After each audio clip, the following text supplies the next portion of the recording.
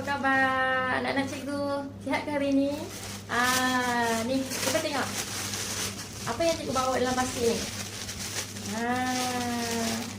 Nak rasa tak? Tak pegang tak apa yang ada dalam plastik ni? Okey. Okey, dah pegang kan? Dah rasakan? Okey. Cuba kamu teka apa yang ada dalam plastik ni? Gula-gula? Bukan. Apa? Ikan? Bukan. Lagi? Bukan. Okey, baik. Cikgu akan buka dan tunjuk kepada kamu apa yang cikgu bawa hari ini. Okey. 1, 2, 3. Tada! Okey, apa ini? Pandai. Bawang merah dan bawang putih. Cikgu tak masak ke? Bukan. Cikgu tak masak dekat sekolah lah. Cikgu nak tunjuk kamu ini bawang merah dan ini bawang putih. Kebetulan hari ini cikgu nak bercerita tentang kisah bawang merah dan bawang putih. Kamu nak dengar tak? Bawang merah dengan bawang putih pun ada cerita tau. Bukan makan saja. Okey, nak tengok tak? Okey, nak tengok. Okey, baik. Okey, cikgu tunjuk ya. Okey. Dalam cerita bawang merah bawang putih ni, cerita ni sangat menarik untuk kamu dengar kerana ada banyak watak dalam cerita ini. Yang pertama ada watak jahat, ada watak baik, ada binatang, ada rasa sedih, ada rasa marah, ada rasa dengki, ada rasa sayang, dan macam-macam perasaan. Jadi, kamu nak dengar ke tidak? Okey, pandai. Okey, mari kita tengok apa yang cikgu bawa di sini. Okey. Ini ada laptop. Cikgu nak bagi kamu tengok ataupun nak bagi kamu melihat cerita bawang merah dan bawang putih ini dulu. Okey, mari kita lihat.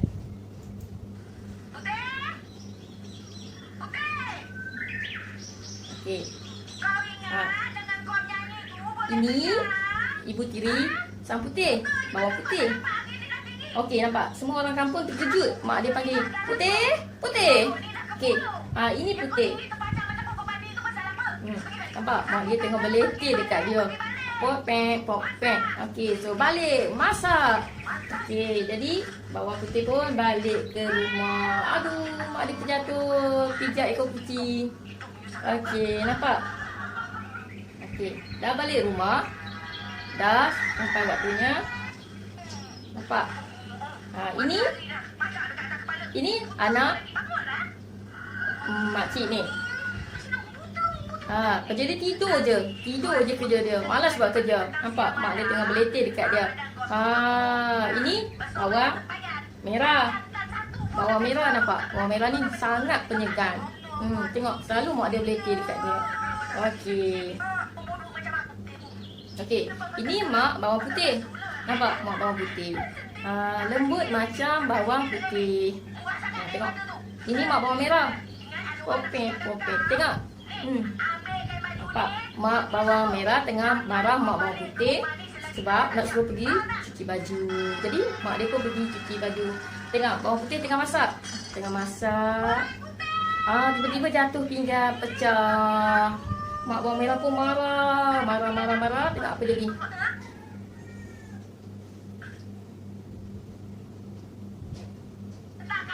Nampak? Sanggup mak dia suruh letak ikan yang tengah panas tu atas tapak tangan sebab tak bagi kena pinggan. Sebab dia kata pinggan dah pecah, habis, rosak. Jahat mak dia tengok. Sakit. Tapi sakit kan letak barang panas di atas tangan. Kesian putih, menangis dia. Tengok. Akhirnya apa yang berlaku? Kemudian ikan tu pula yang digoreng tadi dimakan oleh kucing. Jadi mak merah dengan merah pun tak dapat makan. Tengok mak dia sedih, mak putih sedih, putih pun sedih. Sebab nasib mereka begitu. Okey, jadi mak bawang putih dan putih merancang untuk berpindah daripada rumah itu. Kebetulan didengar pula oleh mak bawang merah. Mak bawang merah ini berniat jahat. Akhirnya apa berlaku? Mak bawang merah membunuh mak bawang putih dengan menolak mak bawang putih jatuh ke dalam air. Pula dijadikan begini cerita mak bawang putih bertukar menjadi ikan kalun. Okey, jadi bila terjadi ikan kalun ini, tentulah bawang putih berasa sedih sebab atas kematian maknya. Jadi bawang putih selalu pergi ke sungai untuk bermain dengan ikan kalun. Bila bermain dengan ikan kalun, lama kelamaan diketahui pula oleh mak bawang merah dan bawang merah. Mereka berniat jahat lagi, iaitu ingin menangkapkan Kaloi dan membunuhnya. Setelah berpura-pura sakit, mak bawang putih dan bawang putih, mak bawang merah dan bawang merah menyuruh Putih mencari ubat di seberang. Jadi Putih pun pergilah mencari ubat itu di seberang. Semasa ketiadaan Putih, mak bawang merah memasak ikan Kaloi itu digoreng. Kemudian apabila bawang putih balik ke rumah, mak bawang merah berlaku baik. Tengok apa yang terjadi. Dia suruh bawang putih makan hidangan yang dimasak oleh mereka. Nampak? Dia buat ikan goreng. Tapi Putih ni baik hati, tengok. Dia bagi ke dekat kucing dia makan. Tengok, nampak? Mereka mengendap ketika bawang putih itu makan. Jadi, apabila lama kelamaan, Putih mencari ibunya di dalam sungai. Tapi tidak juga timbul-timbul. Putih memanggil dan terus manggil.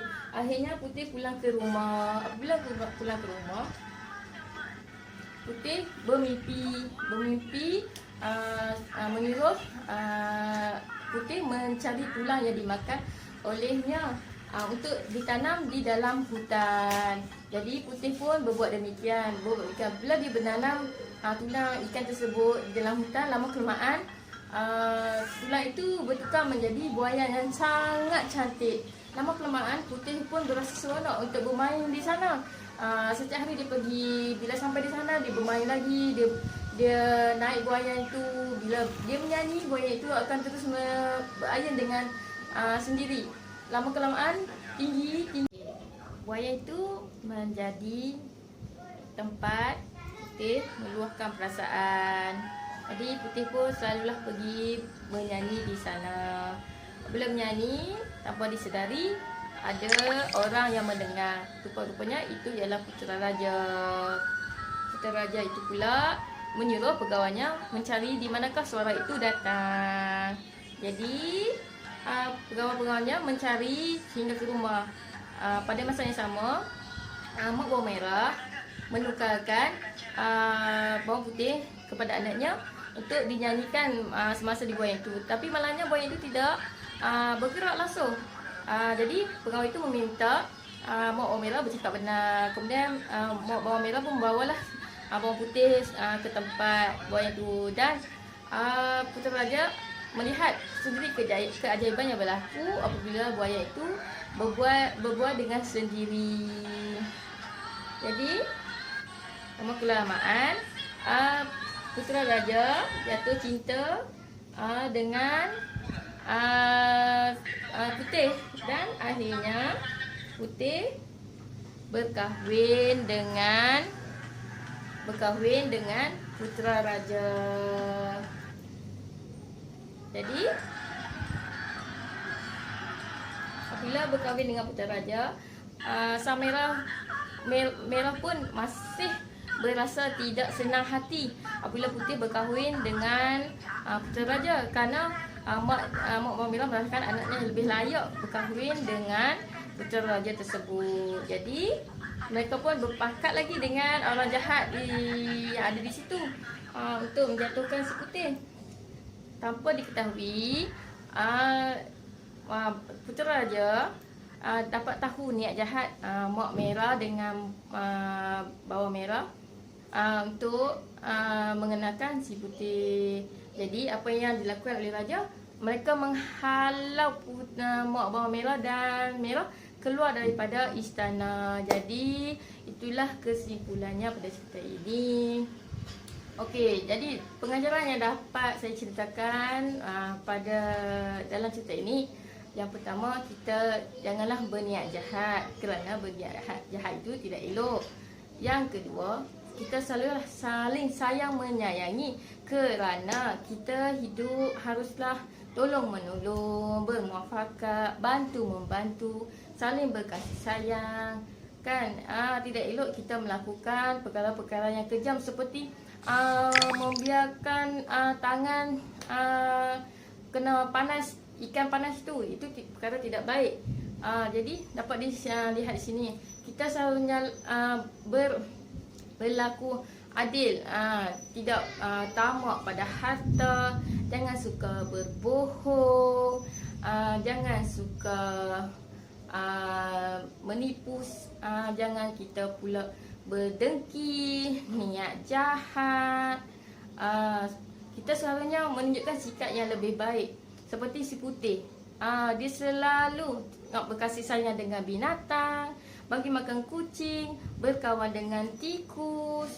Itu ialah perkara yang baik yang putih lakukan. Jika dilihat pula pada si merah, seorang yang pemalas, suka melawan cakap ibunya, suka tamak, suka membuli ataupun mendera si putih. Jadi sikap yang jahat kita tidak boleh meniru. Jadi moralnya di sini kita seharusnya menjadi seorang yang baik, kerana bila kita melakukan kebaikan, lama kelamaan orang di sekeliling kita akan lebih menyayangi kita. Jadi cikgu harap kamu pun semua dapat melakukan kebaikan. Tak kisahlah dengan siapa, dengan kucing ke, dengan manusia ke, dengan tumbuh-tumbuhan ke, kita harus membuat kebaikan. Jika kita buat kebaikan, sudah tentu kita akan dibalas dengan kebaikan. Okey, faham tak semua? Okey, baik. Sekarang cikgu akan membuat aktiviti bersama kamu. Okey, mula-mula cikgu nak kamu bagi dua kumpulan. Kumpulan yang pertama dan kumpulan yang kedua. Cikgu nak kamu senaraikan sifat buruk yang ada pada bawang merah. Okey. Satu kumpulan yang sifat buruk yang ada pada bawang merah, dan satu kumpulan yang ada pada bawang putih, iaitu sifat baik bawang putih dan sifat buruk bawang merah. Jadi cikgu akan bagi kertas ini dan kamu akan membuat aktiviti bersama kumpulan kamu. Okey, boleh tak murid-murid? Okey, pandai. Jadi okey. Sambil-sambil kamu buat kerja, cikgu masih lagi ingin menasihatkan kamu. Jadi kamu haruslah berbuat baik kepada rakan-rakan yang lain. Kamu kena tolong kawan-kawan yang lain. Kamu tidak boleh menipu, kamu tidak boleh berbohong, tidak boleh tamak, tidak boleh mendera. Kamu kena selalu bersikap baik. Nanti sikap baik akan dibalas oleh Allah. Juga sikap buruk pun akan dibalas oleh Allah. Jadi kamu beringatlah, kita sentiasa harus beringat. Ambil moral di dalam cerita ini. Nampak si putih berkahwin dengan raja dan hidup senang. Okey, jadi sekian daripada saya. Assalamualaikum.